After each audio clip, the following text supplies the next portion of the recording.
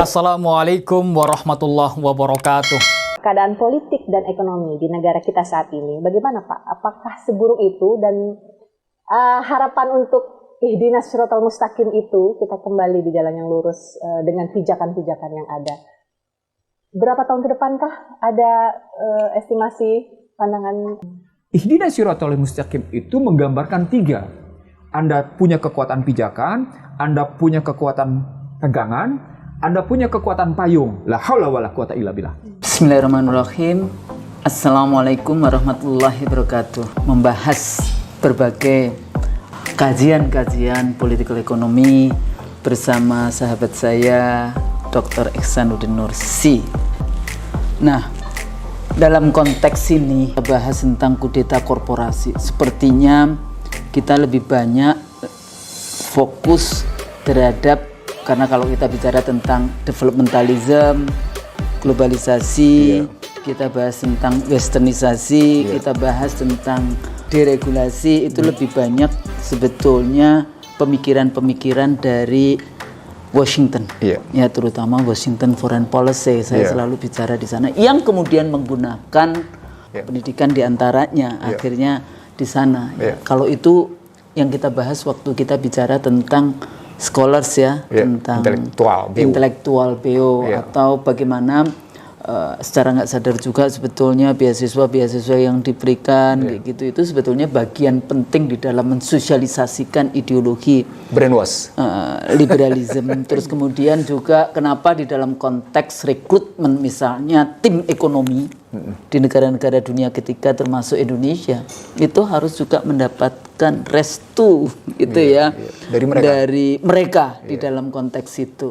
Jadi sejauh mana kita bisa berdaulat dengan negeri kita sendiri di dalam konteks menentukan.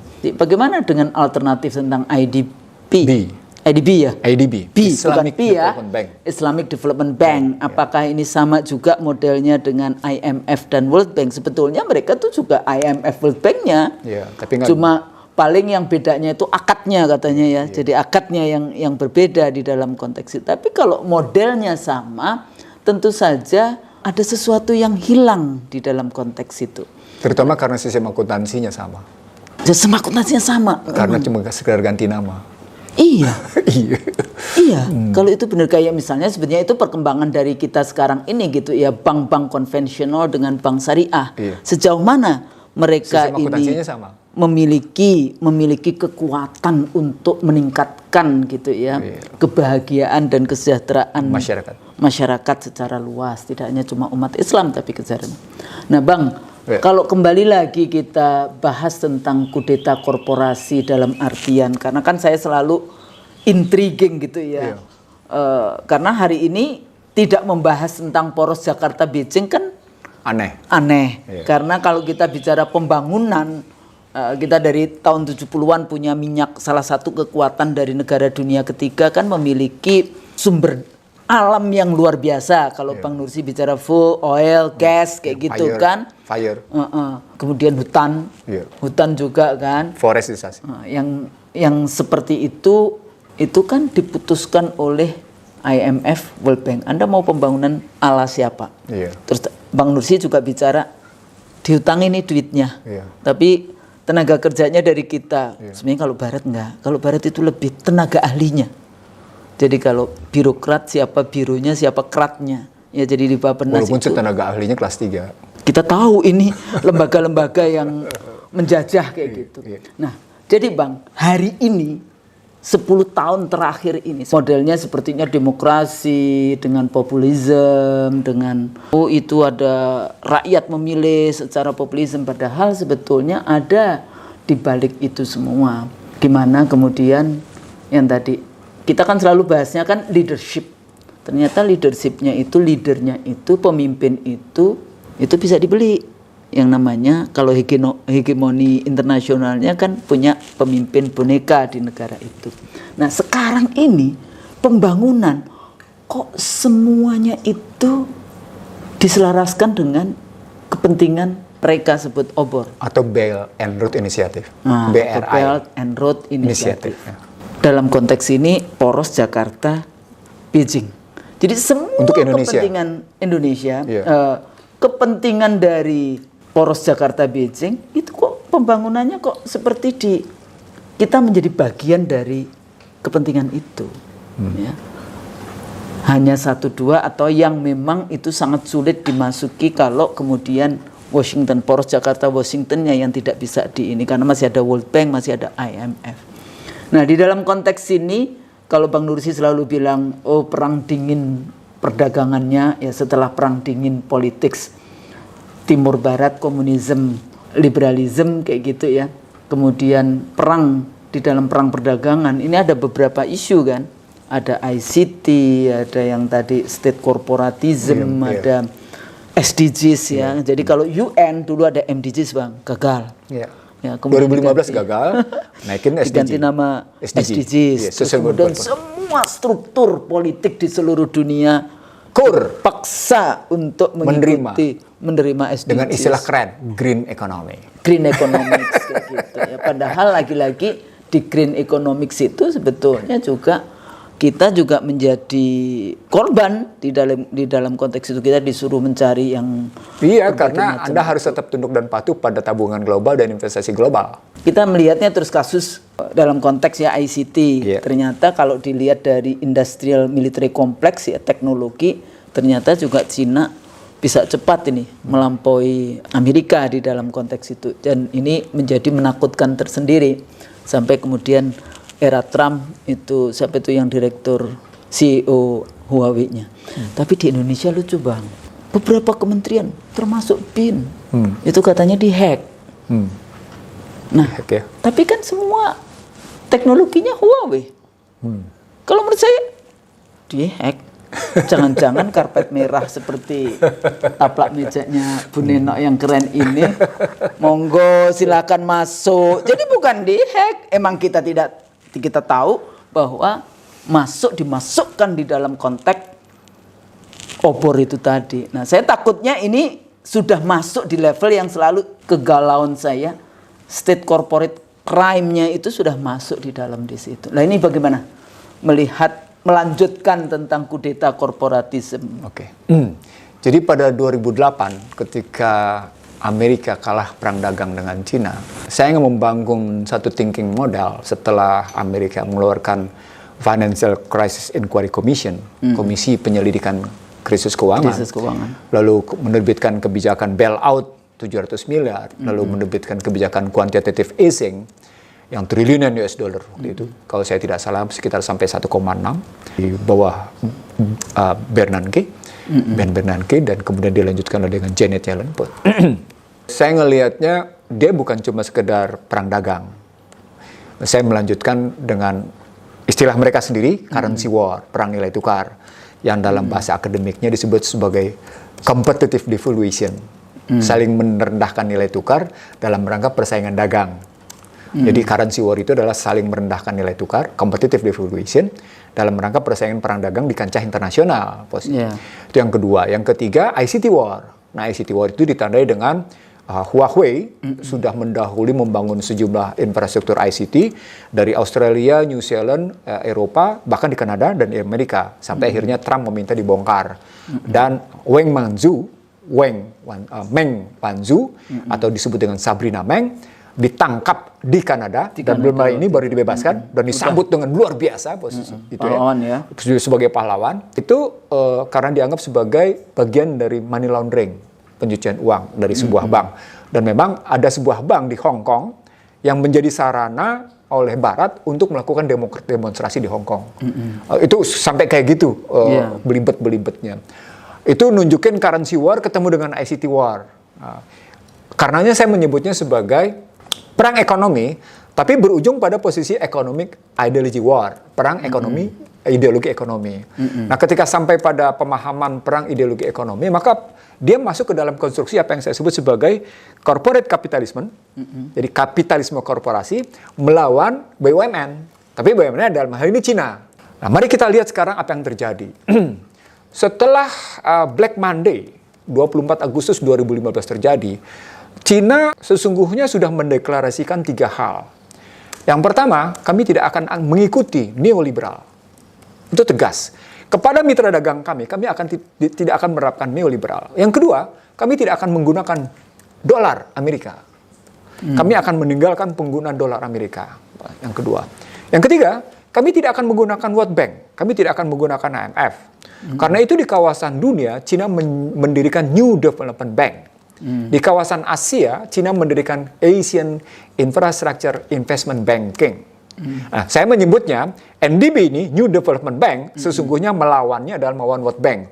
Sementara AIIB melawannya adalah ADB, persaingannya. Jadi peta pertarungan kelembagaannya atau peta persaingan kelembagaannya adalah jelas. New Development Bank dalam rangka melawan World Bank. Asian Infrastructure Investment Banking lawannya adalah Asian Development Bank. Jadi Cina menanam investasinya besar-besaran di posisi. Jadi kalau kita lihat dua lembaga tadi, Cina memang menanam sampai 190 miliar di NDB dan 90 miliar juga lebih posisinya di AIIB. Maka pertarungannya menjadi, karena ini di 2015, pertarungannya menjadi pertarungan antara yang Anda sebut sebagai One Belt, One Road, atau disebut juga Belt and Road Initiative, melawan SDG, yang sebenarnya SDG tadi adalah bentuk kegagalan dari Millennium Development Goals. Sementara yang disebut dengan Sustainable Development Goals, pada hakikatnya adalah Triple P, Planet, People, and Profit. Tapi dengan basis tadi tabungan global dan investasi global, disertai dengan tadi perdagangan bebas yang terus berlanjut. Yang kemudian mereka bilang tetap dengan disebut dengan green economic, dan orang sedunia latah. This is the green economic gitu. Sebagai bukti bahwa mereka punya keberpihakan pada environmental. Yang Anda sebut sebagai environmental friendly. Istilahnya keren nih kalau sampai di sini. Enggak, mereka Anda ngutip tadi. Tetap aja ekstrativism, jadi pengrusakan lingkungan apapun. Iya, oke. Nah, saya terusin. Cuma mereka menggunakan istilah itu tadi. Terminologi yang sepertinya environmental friendly, padahal enggak. Oke. Lalu kalau kita ambil dalam konstruksi berpikir begitu, maka kita bisa lihat Cina sudah mendahului dengan Indonesia melalui Asian Plus 3. Jadi ada EMEA itu kemudian melakukan perjanjian dengan Jepang, dengan Korea, dan dengan Cina. Jadi ketika Cina memasukkan tenaga kerja asing, justru karena basisnya adalah soal Asian Charter yang bikin perjanjian dengan Cina. Jadi jangan kaget kalau ada tenaga kerja asing, cuma memang masuk mereka tidak fair. Tapi maksud saya adalah sejak ada peraturan yang perjanjiannya membuka jalan. Khususnya saya menjadi pembicaranya. Yang saya menjadi pembicaranya waktu itu ngelawan, dalam tanda petik ngelawannya, saya ngelawan berapa menteri? Ada 3 menteri, 2 dirjen gitu. Ada 2 dirjen. Ada kementerian itu mencakup Menko Polkam, Menparekraf, Kemenham, Dirjen Imigrasi, Dirjen di Pariwisata. Saya pembicara dan saya bilang ini merugikan. Saya menghitung waktu itu saya bahkan hadir di satu TV swasta. Saya hitung berdasarkan kebebasan fiskal itu. Ini kan soal kebebasan visa ujungnya. Di 104 negara. 104 negara. Sehingga kerugiannya 1,4 triliun posisi. Saya bilang saat itu sebenarnya bukan soal kerugian ekonomi. Ada problematik politik yang lebih mahal nilainya dari 1,4 triliun gitu ceritanya. Dan sesungguhnya kalau dalam perdebatan itu saya buka di IC dari Channel. Sesungguhnya sejumlah pejabat tinggi tidak setuju. Karena mereka menyadari apa yang saya sampaikan. Sejumlah pejabat tinggi yang bertahan satu-satunya waktu itu satu menteri. Saya nggak usah sebut siapa menterinya. Nah ternyata setelah saya selidik lebih lanjut, itu bukan kemauan dia. Ada kemauan presiden yang sebenarnya presiden punya alas. Alasnya adalah Asian Charter Plus 3. Artinya dasar pertama presiden melakukan itu disebabkan oleh Asian Charter berbasis kebijakan Plus 3. Plus 3-nya itu macam-macam, dengan Cina, dengan Jepang, dengan Korea, dan dengan Cina. Nah itu dalam soal Regional Economic Cooperation Partnership misalnya, salah satunya sebagai pengganti kebijakan itu. Dari konstruksi berpikir begitu, karena Cina sudah melihat ini persaingan adalah persaingan sistem dan persaingan kelembagaan, maka Cina merasa, oke, kalau begitu saya harus mengurangi penggunaan dolar tadi. Menghindarlah dia dari penggunaan dolar. Kalau gitu kami menghindar dari IBRD, kami menghindar dari IMF, kami menghindar dari WTO. Maka semua mitra dagang Cina itu dijahit dengan Belt and Road Initiative atau OBOR. Dengan cara Cina berani berinvestasi di situ yang sesungguhnya dalam rangka, kalau saya melihatnya, kepentingan Cina untuk memasarkan barangnya, tapi sekaligus kepentingan Cina untuk, dalam tanda petik nih, melakukan 5I terhadap mitra dagangnya. 5I tadi. Karena prinsipnya kan perdagangan bebas. perdagangan barang bebas, perdagangan uang bebas, perdagangan orang bebas. Perdagangan orang bebas itu artinya tenaga kerja bebas. Movement. Traveling posisinya, kebebasan orang, tenaga kerja. Kalau kita ngelihatnya begitu, maka VUCA sesungguhnya, VUCA, volatile, uncertain, complex, ambigu, sudah terjadi ketika mereka sadar betul perang dagang ini, perang ekonomi ini, perang nilai tukar ini, dan perang ICT ini sudah tidak bisa lagi ditanggulangi secara biasa. Dimunculkanlah istilah VUCA yang menggambarkan ada situasi yang penuh dengan gonjang-ganjing, penuh ketidakpastian, ya, volatile, gonjang-ganjing, turun naik, uncertain, tidak pasti, dan kemudian kompleks. Karena melibatkan banyak kalangan seperti China melibatkan sejumlah mitra dagangnya dan mereka juga melibatkan sejumlah mitra dagang.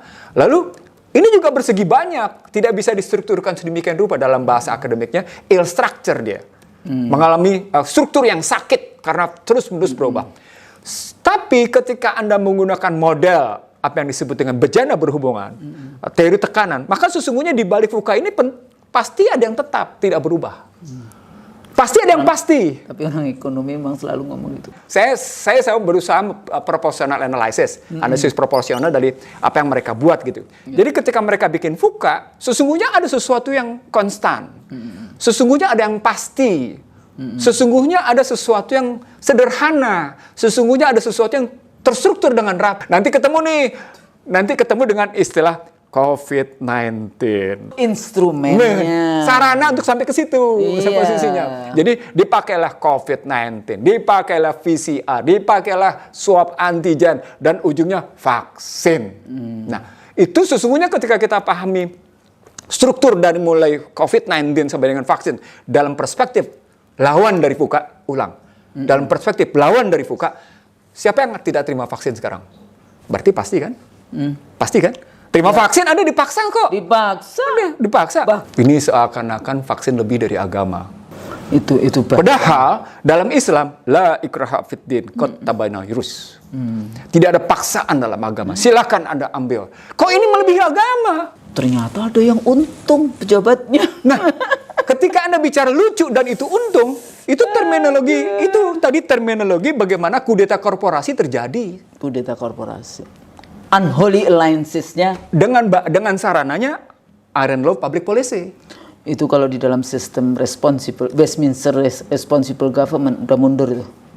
Ya, Anda menggunakannya Westminster sih. Iya, Westminster. Kita kan rujukannya langsung good corporate governance. Iya. Ya nggak bisa enggak. Jadi ketika kalau dalam Islam juga harus mundur itu. Iya, itu soal amanah itu. Iya.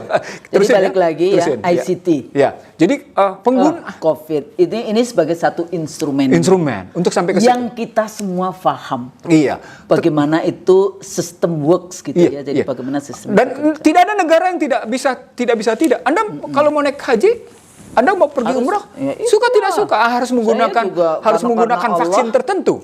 Iya. Dipaksa untuk menerima vaksin tertentu. Walaupun di barat sana terjadi perang seru antara produsen vaksin sama produsen obat. Bahkan di Australia itu para dokter udah ngelempar semua baju-bajunya. Husnul, udah nggak mau. Tiap hari Melbourne itu demo. Di Melbourne. Di Melbourne itu tiap hari demo, dan demonya luar biasa. Begitu juga kalau saya terima kiriman dari teman-teman di luar gitu, posisi gitu ya.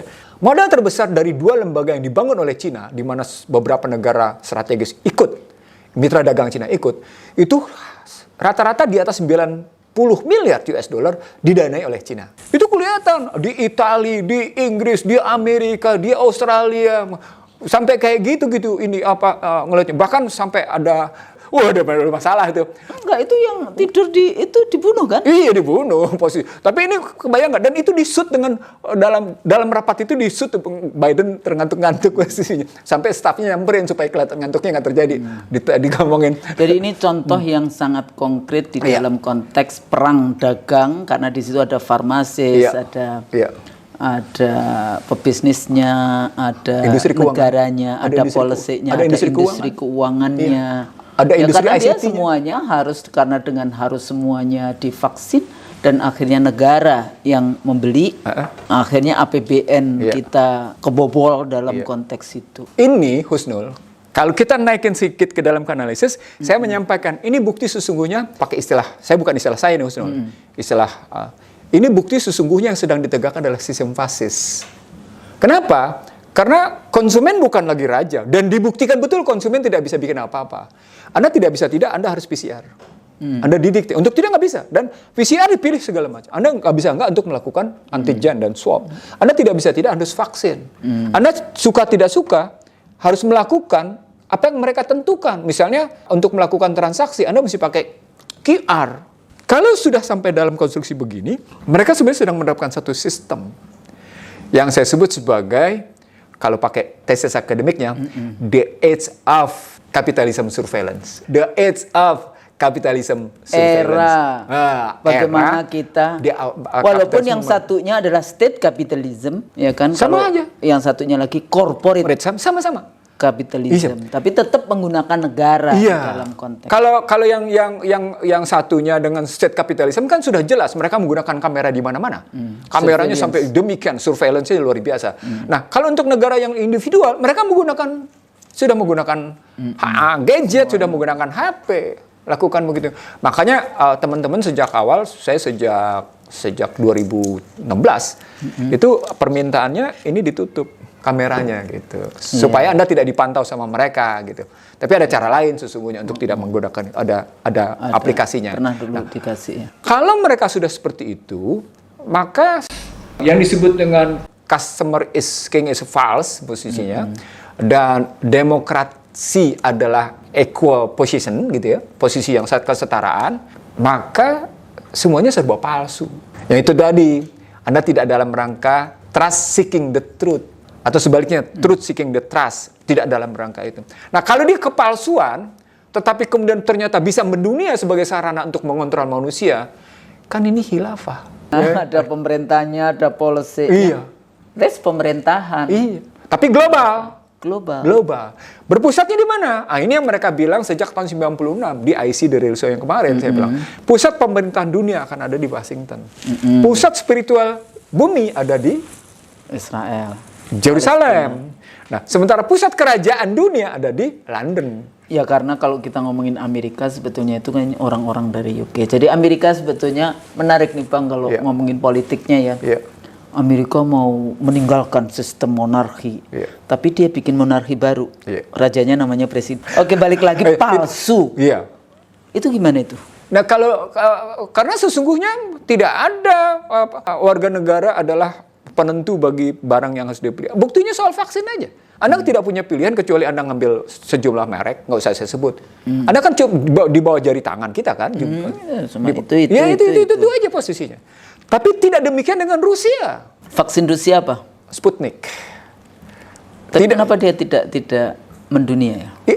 Itu karena kekalahan marketing. Kekalahan Jadi perang dagangnya kekalahan soal media. Anda tahu, saya dapat kiriman hampir tiap hari gitu ya, untuk membuktikan bahwa sejumlah industri farmasi yang memproduksi vaksin itu adalah pemasang iklan terbesar di sejumlah media mainstream. Ada lagi nih, ada pejabat yang mengatakan dia akan bikin pabrik baru untuk bikin vaksin. Nah, kita kan sebetulnya sudah ada. Bio Farma kalau untuk vaksin.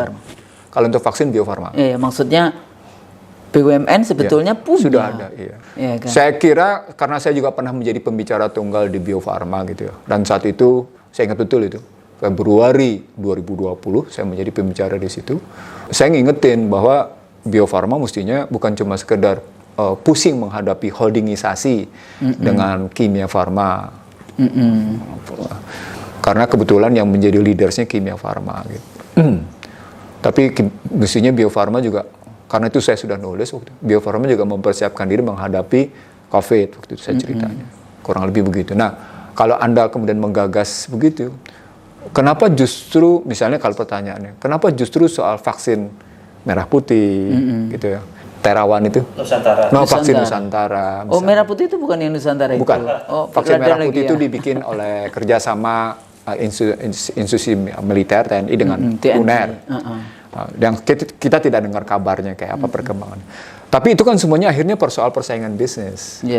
Apalagi kita tahu di barat sana diakui bahwa ternyata Molnupiravir dengan Ivermectin adalah obat ampuh untuk itu.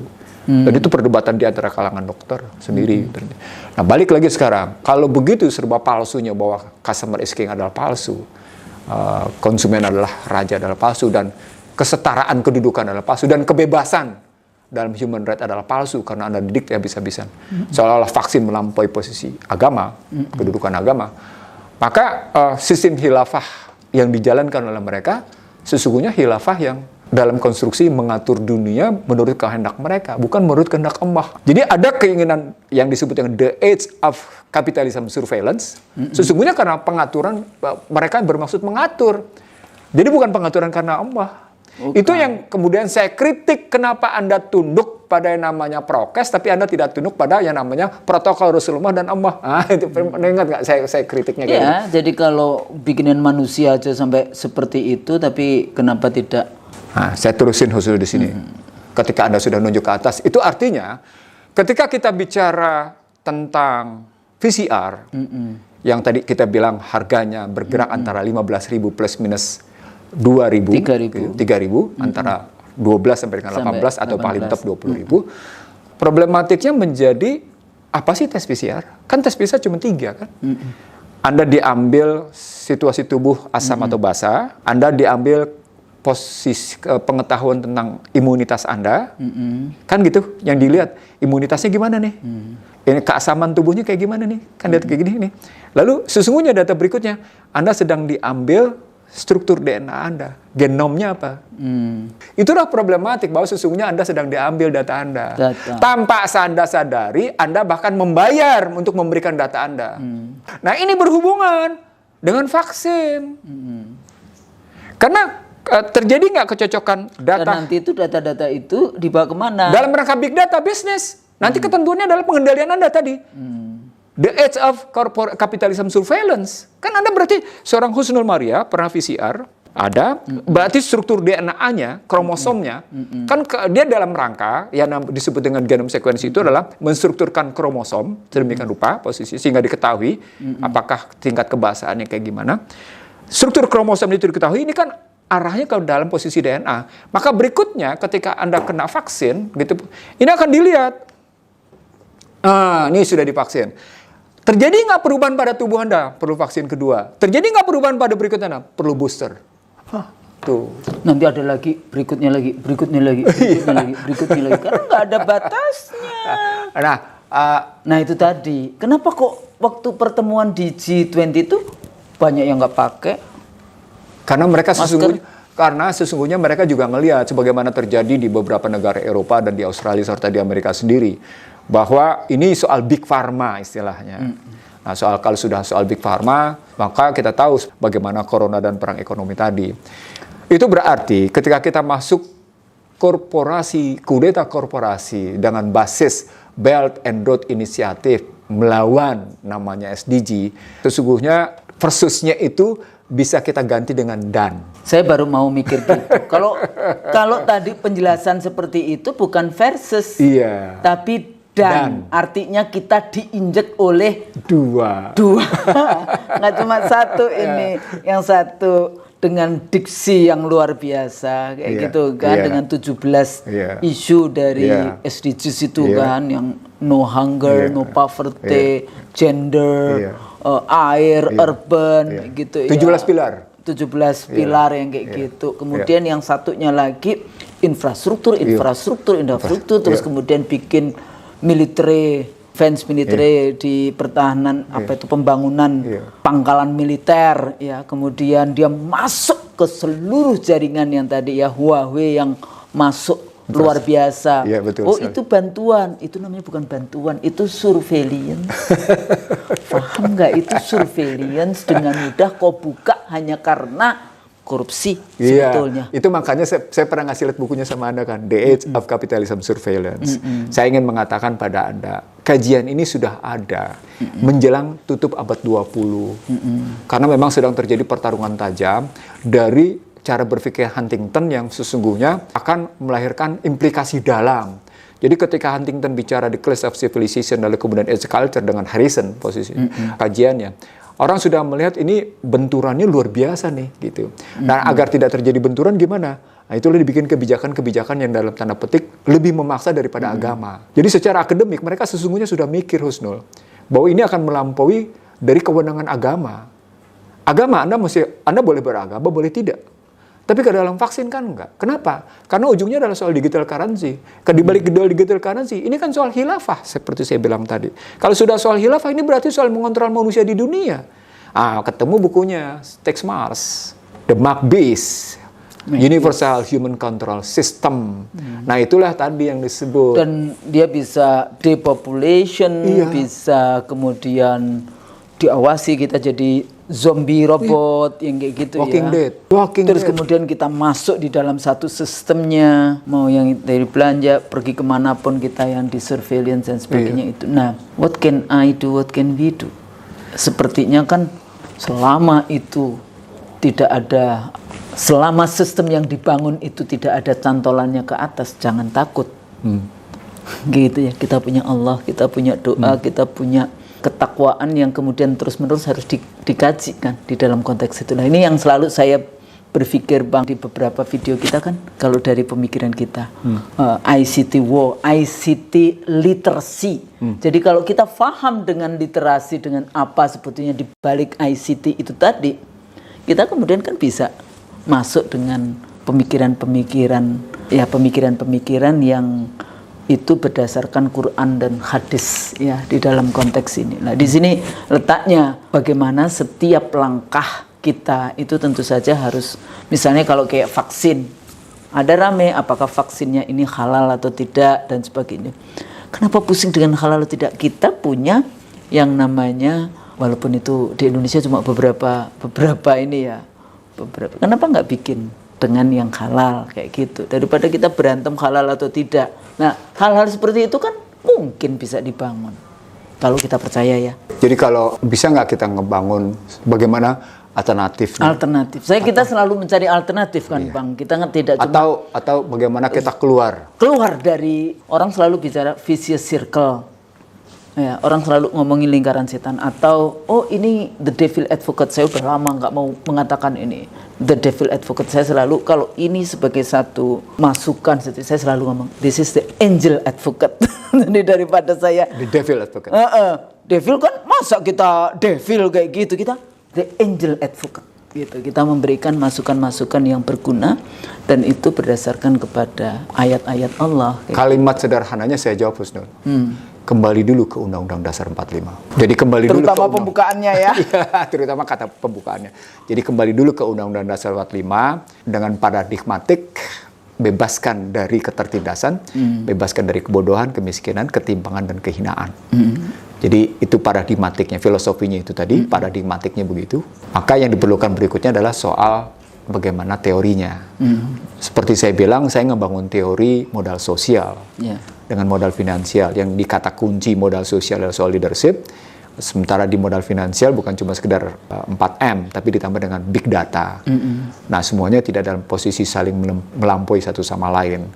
Itu bisa dibangun dengan cara modal sosial adalah modal finansial, modal sosial adalah sinergi dengan modal finansial, tetapi di modal sosialnya harus ditentukan oleh kepemimpinan yang benar. Yang kedua, di modal finansialnya harus digunakan data yang akurat, tingkat akurasinya tinggi, dalam rangka memanage 4M. Tadi ya, soal money, gitu kan, manajemen, kita terusin itu. Soal matching. Era sekarang sesungguhnya era di mana orang tidak lagi sekedar mencari pengawasan dari sistem kapitalisme terhadap seluruh masyarakat dunia. Itu melahirkan kebaikan. Kebaikan, keadilan, kebebasan, ketentraman. Semuanya enggak. Jadi selama ini konsep demokrasi itu juga begitu, keadilan, fairness, openness, ini enggak juga, transparansi, accountability, enggak semuanya. Kalau pakai istilah mereka fairness, responsibility, accountability, and transparency. Nah, kalau pakai istilah mereka. Oke lah, kita terima. Makanya tadi ketika Anda merujuk pada Westminster, lalu saya naikin ke Good Corporate Governance, mestinya mereka ketika bicara SDG, balikin aja ke Good Corporate Governance. Bukan cuma sekedar bicara Triple P, yang sebenarnya semu ketika bicara itu. Gitu. Dari konstruksi ini, Husnul, Belt and Road Initiative, dan tadi ya, kita bicara dengan SDG, sesungguhnya dia cuma sebuah sarana bagi negara-negara mempertahankan posisinya di panggung dunia. Itu poinnya. Jadi masing-masing negara, istilah saya G7 dengan OECD-nya mempertahankan posisinya sebagai kekuatan global. Disaingi oleh Cina dengan mitra-mitranya. Mitra utama Cina adalah Korea Utara. Maka tadi ketika Anda bicara nuklir, saya pernah sampaikan tentang bagaimana Korea Utara sudah punya Hwasong. Hwasong itu menjangkau dari sampai ke Alaska bahkan. Jadi sudah mencapai 8.000 km dari Pyongyang. 8.000 km. Bahkan ketika Cina kemarin melakukan uji coba nuklir lagi, itu mengejutkan. Dan begitu juga ketika Korea Utara melakukan lagi uji ICBM, Intercontinental Ballistic Missile. Yang sampai akhirnya menimbulkan protes dan ancaman embargo kembali. Dalam bahasa yang lain, perang yang muncul bukan cuma sekedar perang kelembagaan, tapi juga muncul perang militer. Tetapi kekuatan perang militer ini sesungguhnya cuma sekedar memunculkan bargaining position dalam rangka kerjasama khilafah. Udah, Anda ngambil wilayah sini, kami wilayah sini, kami ngambil begini, Anda ngambil begini, gitu. Bargaining position aja. Posisi Jadi tawar negara aja. Sebetulnya dunia itu sudah dikapling-kapling. Betul. Ya, dikapling-kapling. Ya. Kemudian tinggal ngikut yang mana ini, kayak gitu kan. Dan ini kita dikaplingnya sudah dikapling oleh ini, ditimpa lagi dikapling oleh itu. Sadar nggak kita? Jadi wajar kalau Greenpeace ngomongnya begitu soal climate change. Wajar kalau Greta ngomongnya Thunberg itu menantang sampai kayak gitu. Karena pada hakikatnya memang ada problematik bahwa rumusan-rumusan yang dilakukan lewat global climate change, lewat COP26 misalnya gitu ya. Itu sesungguhnya tidak bebas kepentingan dari G7 tadi. Dan lebih kuat bahkan dari kepentingan G7. Karena G7 yang punya posisi tawar. G7 yang punya posisi tawar. OECD yang punya posisi tawar. Tapi mereka juga tetap dengan capital accumulation juga kan sebetulnya. Ya itu tadi kan saya bilang. Iya. Bagaimana tabungan global, investasi global. Jadi itu capital accumulation. Kalau sudah total capital accumulation, greedy is good. Greedy. Baliknya ke situ. Dikumpulin semua, kayak misalnya kenapa Amerika sebenarnya juga punya sumber alamnya, kenapa dia bangun yang bagus-bagus, diisi semua, dipikir nanti kalau kiamat mereka masih punya. Sebetulnya cara pandangnya itu ya ketakutan tersendiri karena mungkin kurang kuat pegangan kepada di atas. Mau lari gitu. dari keputusan itu, mau lari dari keputusan yang atas, mereka mau lari. Sama aja juga lah. Tadi kan ini penting juga Bang. Kadang-kadang kan kalau saya bicara Palestina, pasti kan saya juga tetap membahas tentang kontestasi peradabannya antara Yahudi dan Islam. Nggak ada urusan agama, ada. Referensi dia Husnul. Nah, kayak gitu. Saya referensinya begini nih banyak sekali. Pertarungan itu juga larinya peradaban. Cuma sayangnya kalau memasukkan misalnya dari yang poros Jakarta Beijing ini peradabannya di mana? Karena kalau yang Yahudi, Islam, Nasrani itu kan di dalam konteks yang mudah untuk dilihat. Peradabannya satu, single party. Pendekatannya seperti multi party, tetapi hakikatnya single party. Dia single party. Jadi ketika Anda bertanya tentang peradabannya, peradaban single party. Kalau Anda bicara Jakarta, fasism. Iya, yang balik lagi. Iya. Tapi ternyata yang demokrasi yang selalu dianggap yang tadi kebebasan dan sebagainya, it's also fascism. Iya. Akhirnya kan memaksa untuk supaya diterima, tunduk di seluruh dunia dengan cara injak kaki gitu ya. Tapi mulainya dengan bahasa-bahasa pilihan-pilihan diksi, pembangunan kayak gitu ya, globalisasi, kemudian kayak gitu kan, tata kelola dunia baru, New World Organization, One World Governance. Istilah awalnya adalah New World Organization, lalu berlanjut menjadi One World Governance. Nah, One World Governance itulah sesungguhnya yang saya bilang tadi, pusat pemerintahan dunia, One World Governance. Kan basisnya ada NWO di Washington. Kemudian makanya kenapa seringkali di dalam diskusi-diskusi kita di IC kan kita selalu bicara tentang policy dari Washington. Karena itu sebagai satu poros di mana pusat dari pemerintahan dunia itu di sana. Ya kekuatannya, mau yang multinational corporation, mau yang kongresnya, White House-nya, Pentagonnya, medianya, sampai kemudian scholarsnya. Jadi kalau kita lihat dari situasi sekarang, sebenarnya ada kesadaran dari mereka bahwa tampilnya Cinta sebagai penantang, gitu ya, itu sesungguhnya juga menunjukkan terjadinya declining US position gitu. Iya. Jadi ada semacam posisi Amerika yang mengalami penurunan menurut mereka. Kalau saya bilang enggak. Kalau saya bilang soal bukan terjadi, tapi Cina memang dengan sistemnya mencoba merangkak terus. Karena kan pertama kali Cina masuk ke WTO atas rekomendasi Amerika. Atas 94 itu direkomendasikan oleh Amerika. Jadi kalau kita ambil secara fair analisisnya, dia nggak decline, buktinya dia tetap punya hulu ledak nuklir paling banyak di dunia. Hulu ledak nuklir paling banyak di dunia adalah Amerika. Yang tetap menguasai. Dan dia bikin regulasi dunia melalui UN yang boleh punya nuklir cuma dia saja. Iya. Termasuk Israel. Ya, Israel. Lalu selain itu, dia juga menguasai Dewan Keamanan PBB. Ya. Dia juga melalui Sekjen PBB. Dikuasai. Amerika cuma satu yang Apa? SIDO, perempuan. Gitu ya. Ya, jadi waktu ada International Conference di Guadalajara, 105 negara, waktu itu saya salah satu pembicara di sana. Jadi mereka, teman-teman itu banyak yang mengatakan, oh kita menuntut Amerika untuk mendapatkan, untuk meratifikasi SIDO. Ya semua elimination of violence against women. Indonesia sudah sejak 84 meratifikasi itu. Saya yang bilang, oh we don't need United States. Sekali Amerika juga meratifikasi SIDO, seluruh komponen di UN itu Amerika mendominasi.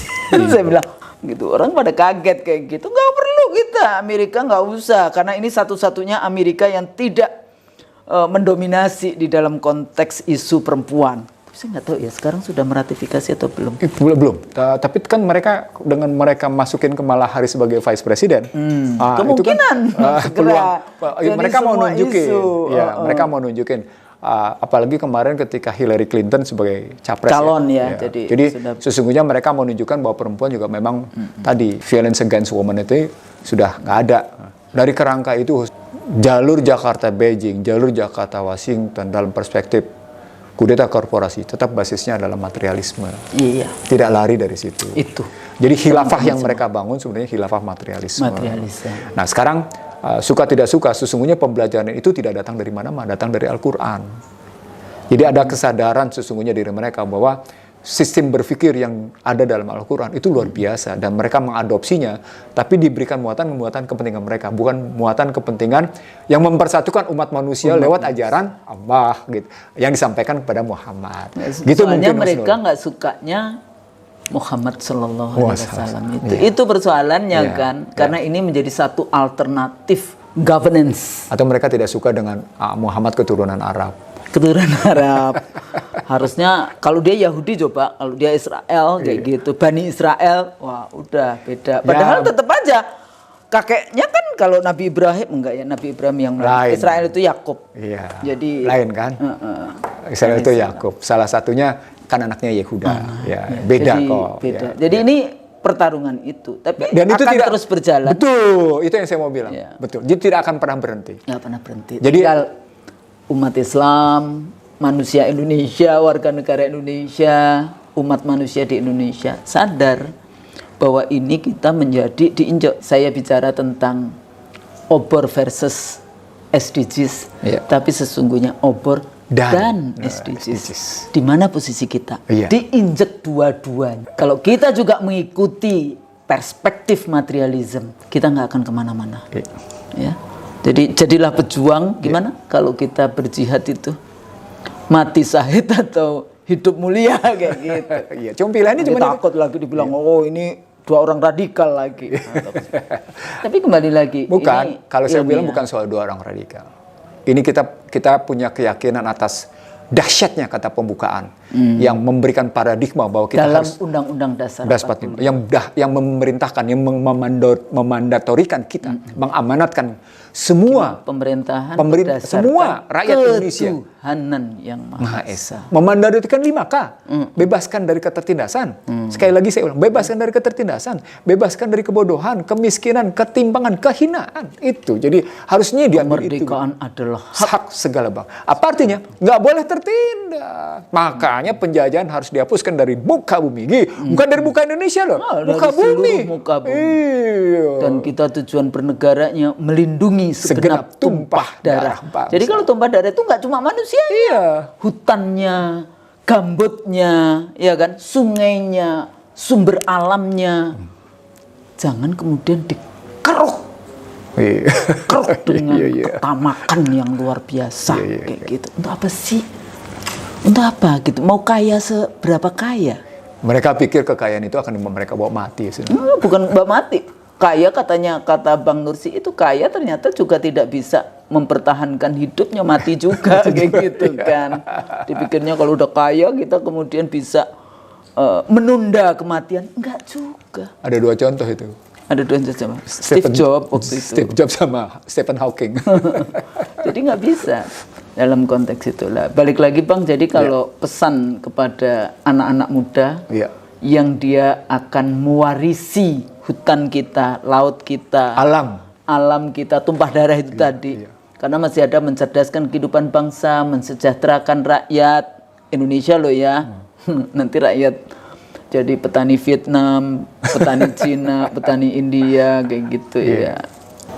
Ini apa yang kira-kira kita sampaikan kepada... Paling tidak begini Husnul, melalui I See The Show ini, sesungguhnya masih ada warisan pada pendiri Republik.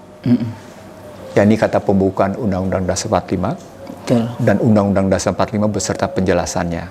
Harus diakui ada beberapa kekurangan di dalamnya, karena memang tidak ada yang sempurna. Tetapi kalau Anda kembalikan ke dalam kata pembukaan, maka warisan pemikiran itu adalah warisan pemikiran yang sesungguhnya disegani dan dienggani. 2 kalimat saya. Disegani dan dienggani oleh Barat. Terutama dienggani oleh materialisme. Sekali. Itu bukan cuma sekedar too religious, itu juga duniawi. Yeah. Jadi ada sejahtera fisik, ada cerdas fisik, ada sejahtera. Ya dalam konteks itu. Itu makanya cerdas fisik dan maka perintahnya adalah Anda harus bebaskan kemanusiaan dari kehinaan. Kehinaan materialisme, kehinaan spiritualisme. Kan harus dicari kemuliaan itu berarti ada di mana. Kan lawan dari kehinaan berarti kemuliaan. Kalau kita lawan berpikir begitu, maka dicarilah kemuliaan berbasis 2. Pada spiritualisme dan pada materialisme. Bagaimana posisi kemuliaan itu dengan rujukan itu. Nah itu yang kita sebenarnya... Cuma materialismenya itu bukan yang tanpa batas. Untuk apa? Materialisme, materi yang kita kumpulkan adalah untuk kebahagiaan di akhirat. Pasti. Bukan hanya di dunia saja. Ada kalimat gitu. Dia cuma langkah. Jadi kalau kita tujuannya, niatnya itu akhirat, kita pasti dapat dunia. Kan kayak gitu kan. Teorinya Tuhan ini kan begitu. Kalau kau niatnya itu untuk akhirat, kau pasti dapat dunia. Tapi kalau kau cuma dunia saja, ya dunia saja. Tapi kalau kau dunia untuk akhirat, itu juga udah bagus. Supaya kita punya materi cukup untuk sedekah, untuk zakat, untuk membangun sekolah, kayak gitu ngurusin anak yatim. Untuk mencerdaskan dan menyejahterakan. Gitu. Dan membangun rasa keadilan. Serta kehinaan tidak terjadi disebabkan posisi diri tetap menunjukkan keberadaan yang cukup secara material. Dan kita nyarinya juga harus dengan cara halal kan? Nggak boleh mendolimi alam dan mendolimi teman gitu. Orang kayak gitu kan. Dalam bahasa Al-Quran. Kalau PCA 1,1 juta itu dolim. Saya tadi tanya, wah kesel Mbak katanya. Enaknya diikhlaskan enggak ya ini? Gue ridho enggak ya ini? Ya sebetulnya sih enggak ikhlas, tapi ya sudahlah, silahkan menikmati kayak gitu. Kita serahkan aja kepada yang di atas gitu, mau diapain kayak gitu. Rezeki yang diraih dengan cara-cara menikmati dari kesulitan orang lain. Saya ulang ya, rezeki yang dinikmati dari kesulitan orang lain adalah sesungguhnya bukan rezeki, dia adalah penyakit. Dia adalah penyakit, Husnul. Jadi carilah, sebenarnya bukan nyari. Jemputlah rezekimu dengan cara halalan thayyiban. Halalan thayyiban. Termasuk menjadi anggota DPRD, menjadi presiden, menjadi gubernur, menjadi bupati, itu rezeki juga. Anggota DPR itu rezeki juga. Dipikir rezeki cuma materi, enggak. Jabatan juga rezeki. Jadi menteri, jadi semuanya itu adalah rezeki. Jangan Anda jemput rezeki Anda dengan cara-cara mendolimi tadi. Sebenarnya bukan hanya halalan thayyiban kalau kita ngambil dalam konstruksi kudeta korporasi. Yang pertama, struktur hak milik secara benar. Jadi artinya tidak ada dominasi penguasaan sumber daya kalau istilah Anda tadi. Struktur hak milik itu ada milik negara, ada milik private, ada milik masyarakat, ada milik komunitas, ada milik keluarga dan individu. Ini distrukturkan. Tetapi komunitas itu korporasi dan kelompok sosial tertentu, total asetnya itu tidak melampaui negara. Karena negara merupakan representasi untuk mewujudkan keadilan keseluruhan. Rakyat. Itu artinya jenis barangnya dibedakan atas 3 minimal. Public goods, commercial goods, dan kuasinya. Lalu berarti dia menentukan pada 5 hal. Pada posisi bagaimana penyelenggaraan pemerintahan atas posisi itu, bagaimana posisi pasarnya, lalu bagaimana kebijakan internasionalnya, bagaimana nilai uangnya, bagaimana para pelakunya. Ini dibikin sedemikian rupa. Itu berarti pasal 33-nya tentang negara Undang-Undang Dasar 45. Undang 45 itu distrukturkan sedemikian rupa pada ayat 1-nya, ayat 2 dan ayat 3-nya. Tapi tidak pakai ayat 45 ya. Jadi Asli, sebenarnya ayat pasal 33 yang asli. artinya mengatasi kudeta korporasi seperti saya bilang, kembalikan saja ke ekonomi konstitusi. Kembalikan ke ekonomi konstitusi. Jadi selain tadi halalan toyiban, kita kembalikan ke ekonomi konstitusi. Ekonomi konstitusi itu sebetulnya pada level yang operasional. Operasional. Jadi sudah diturunkan di dalam konteks komitmen berbangsa. Itu yang saya bilang berkali-kali sama Anda, Hus. Anda mungkin ingat ketika berdebat di PIM yang saya bilang, bagaimana saya bilang Anda cuma punya filosofi dan ideologi. Saya sudah punya aplikasi, saya sudah punya konsepsi, saya punya teori, dan saya punya bukti. Jadi sesungguhnya kudeta korporasi bisa teratasi kalau kita mau. Tergantung semangat para penyelenggara negara. Itulah kata penjelasan 45. Dan semangat penyelenggara negara itu berdasarkan Undang-Undang Dasar 45. Dengan rujukan berkat rahmat Allah yang Maha Kuasa dan didorong oleh keinginan luhur. Dan pemerintahan ini diatur berdasarkan ketuhanan yang Maha Esa, kemanusiaan yang adil dan beradab, persatuan Indonesia, dengan kebebasan bagi pemeluk untuk menjalankan kepercayaannya. Itu sudah pasal 29 ayat 2. Iya, artinya tetap payungnya tetap di situ dan kemudian kita tidak dipaksakan untuk melakukan sesuatu seperti loh, Anda lihat nggak vaksin itu melawan pasal 29 loh. Ada kebebasan negara. Harus ada kedaulatan rakyat. Gitu. Ya. Agama saja membebaskan untuk menjalani. Ada nggak yang kira-kira social disobedience? Jadi kapan kita bisa tidak mengikuti regulasi itu karena bertentangan dengan konstitusi itu sendiri? Oke. Kita umat Islam saat ini menjadi perhatian penting bagi masyarakat dunia. Jadi jangan berkecil hati, kita harus berbesar hati. Saya Karin mohon undur diri. Subhanakallahumma wa bihamdika asyhadu an la ilaha anta astaghfiruka wa atubu ilaik. Billahi taufiq wal hidayah. Wassalamualaikum warahmatullahi wabarakatuh. Waalaikumsalam warahmatullahi wabarakatuh. Terima kasih. Wassalamualaikum warahmatullahi wabarakatuh.